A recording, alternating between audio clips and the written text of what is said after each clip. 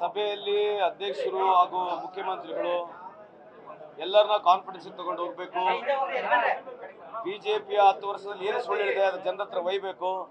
ನಮ್ಮ ಕಾಂಗ್ರೆಸ್ ಪಕ್ಷದ ಮ್ಯಾನಿಫೆಸ್ಟೋ ಏನಿದೆ ಅದೆಲ್ಲ ಜನರ ಹತ್ರ ಹೋಗಿ ಮುಟ್ಟಿಸ್ಬೇಕು ಅಂತ ಹೇಳಿ, ಆಮೇಲೆ ಏನೇ ಭಿನ್ನಾಭಿಪ್ರಾಯಗಳಿದ್ರೆ ಅದನ್ನೆಲ್ಲ ಬದಿಗೊತ್ತು ಎಲ್ಲರನ್ನ ಕಾನ್ಫಿಡೆನ್ಸ್ ಆಗಿ ತಗೊಂಡು ಹೋಗ್ಬೇಕಂತ ಹೇಳಿ ಡೈರೆಕ್ಷನ್ ಕೊಟ್ಟಿದ್ದಾರೆ. ಎಲ್ಲ ಜಿಲ್ಲೆ ಉಸ್ತುವಾರಿ ಸಚಿವರಿಗೆ, ಶಾಸಕರಿಗೆ, ಎಲ್ಲರಿಗೆ ಈ ತರ ಒಂದು ತಾಕೀತು ಮಾಡಿದ್ದಾರೆ. ಆ ನಿಟ್ಟಿನಲ್ಲಿ ನಾವು ಮಾಡ್ತೀವಿ ಅಂತ ಈ ಸಂದರ್ಭಕ್ಕೆ ಹೇಳಿಕೆ ಇಚ್ಛೆ ಬಯಸ್ತೀವಿ. ಸಾರಿ,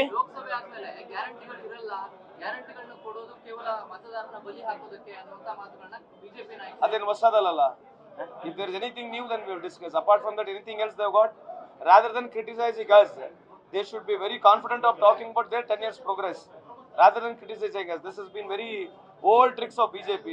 10 ವರ್ಷದಲ್ಲಿ ಅವ್ರು ಏನ್ ಮಾಡಿದಾರೆ ಅಂತ ಹೇಳೋದ್ ಬಿಟ್ಟು ಬರೀ ಇದನ್ನ ಕಾಂಟ್ರವರ್ಸಿ ಮಾತನಾಡ್ತಕ್ಕಂಥ ಕುಂದಿರಬಾರ್ದು ಅಂತ ನಿಮ್ಮ ಮುಖಾಂತರ ಹೇಳಿಕೆ ಇಚ್ಛೆ ಬಯಸ್ತೀವಿ. ನೋಡಿ, 38% ಲಾಸ್ಟ್ ಟೈಮ್ ಅವ್ರಿಗೇನು ವೋಟ್ ಶೇರ್ ಬಂದಿದೆ, 37 and odd. This time they will be less than 29% to 30%. They will not exceed more than 180 to 220 seats. It's ನನ್ನ ಅಭಿಪ್ರಾಯ. Definitely BJP is going to lose hands down. State ನಲ್ಲಿ, centre ನಲ್ಲಿ ಎರಡು.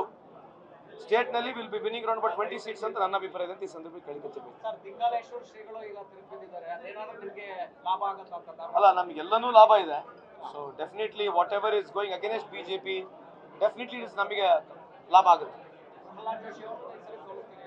ಪ್ರಹ್ಲಾದ್ ಜೋಶಿ ಅವ್ರನ್ನ, ಮೋದಿ ಅವ್ರನ್ನ ಸೋಲಿಸ್ತೀವಿ.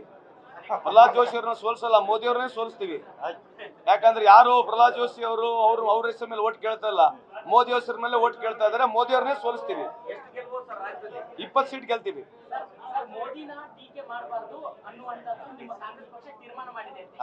ಅದ್ ಯಾರು ನಿಮಗೆ ಗುರುತು? ನಮಗೆ ಗುರುತು, ನನಗೆ ಗುರುತಲ್ಲ. ನಾವಂತೂ ಮೋದಿ ಅವರಿಗೆ ಟೀಕೆ ಮಾಡ್ತಾ ಇಲ್ಲ, ವೈಯಕ್ತಿಕವಾಗಿ ಪ್ರಶ್ನೆ ಮಾಡ್ತಾ ಇದ್ದೀವಿ.